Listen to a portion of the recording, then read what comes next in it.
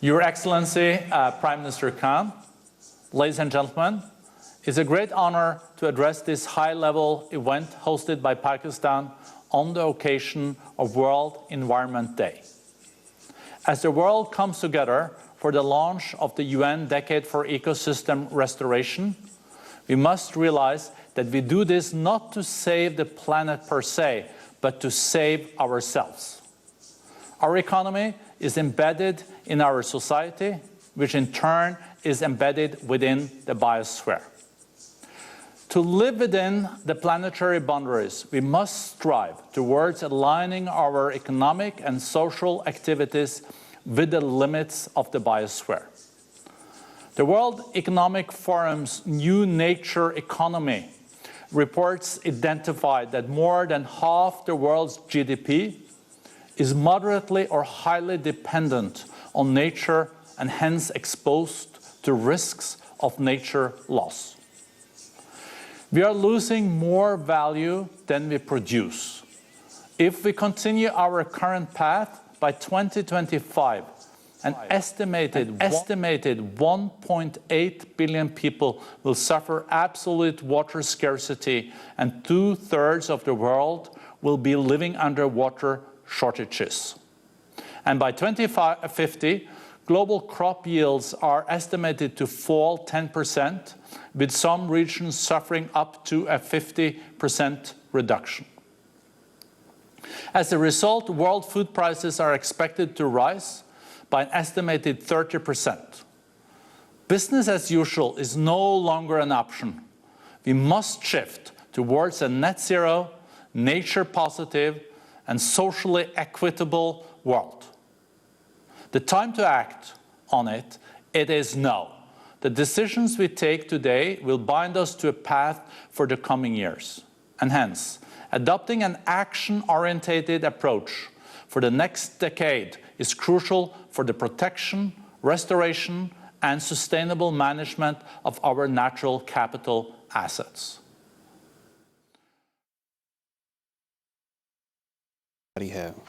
Thank you, President of the World Economic Forum, Mr. Borje Brenda, for your message. Now we are privileged to have with us Inger Andersen. She is live with us. She has years and years of experience in the areas of agriculture, environmental management, biodiversity conservation, climate change, energy, water resources management, and hydro diplomacy. We also thank you, Inger, for you approaching Pakistan and giving us this great opportunity for hosting the World Environment Day 2021. Please put your hands together for the Executive Director at the UN Environment Program, Inger Andersen. Well, thank you so much, Senator Faisal Javed. And if I may thank all of the people here, and of course to Prime Minister Imran Khan, to Minister Malik Aslam Khan, and to the Ministry of Climate Change for hosting this World Environment Day, the largest global platform for outreach on the environmental challenges of our time. World Environment Day 2021 marks the launch, as we have heard, of the United Nations Decade on Ecosystem Restoration, which aims to reverse the damage we have caused to nature. We must spare no effort to make this decade on ecosystem restoration a success, because we must stabilize the climate, we must protect nature, and we must stem pollution to create a world where the Sustainable Development Goals thrive. Restoring ecosystems is a remarkable solution. It slows climate change. It brings back lost biodiversity. It creates productive land for agriculture. It provides jobs, restores nature's buffers against zoonotic diseases and pandemics, and helps vulnerable communities adapt to the changing climate. But restoration alone won't solve all our problems. We must stop further ecosystem destruction. But how do we do this? Agriculture, by changing how we build our cities, by decarbonizing our economies, and by moving to circular economic models. Restoration as a quick acting solution can buy us time to make these larger transformations. And that is why the Decade for Ecosystem Restoration aims to prevent, to halt, and to reverse the loss of ecosystems. Momentum is growing. We now have commitments to restore 1 billion hectares of land, about half of all that is degraded. And Pakistan is showing us the way. The Prime Minister recently planted the 1 billionth tree of the 10 billion tree tsunami. Bravo to all. I'm also very encouraged by a new and innovative program to swap debt for commitments to achieve conservation targets. And laudable is also the decision to halt the approval of new coal power plants and to pivot to renewables.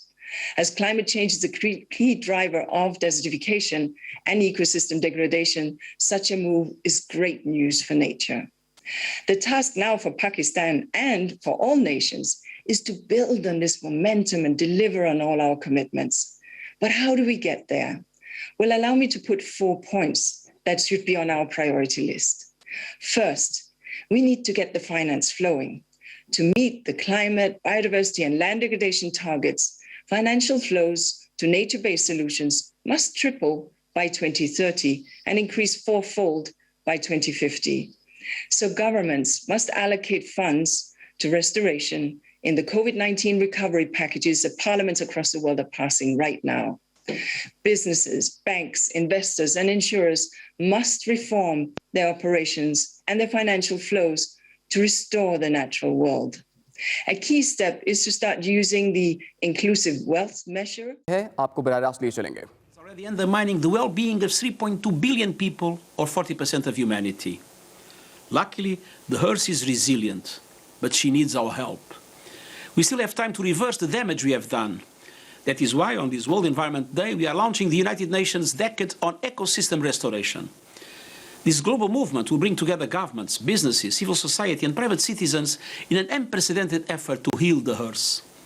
By restoring ecosystems, we can drive a transformation that will contribute to the achievement of all the Sustainable Development Goals. The task is monumental. We need to replant and protect our forests. We need to clean up our rivers and seas, and we need to green our cities. Accomplishing these things will not only safeguard the planet's resources, it will create millions of new jobs by 2030, generate returns of over $7 trillion every year, and help eliminate poverty and hunger. The United Nations Decade on Ecosystem Restoration is a global call to action. It will draw together political support, scientific research, and financial muscle to massively scale up restoration. Everyone can contribute. Science tells us these next 10 years are our final chance to avert a climate catastrophe, turn back the deadly tide of pollution and species loss. So let today be the start of a new decade, one in which we finally make peace with nature and secure a better future for all.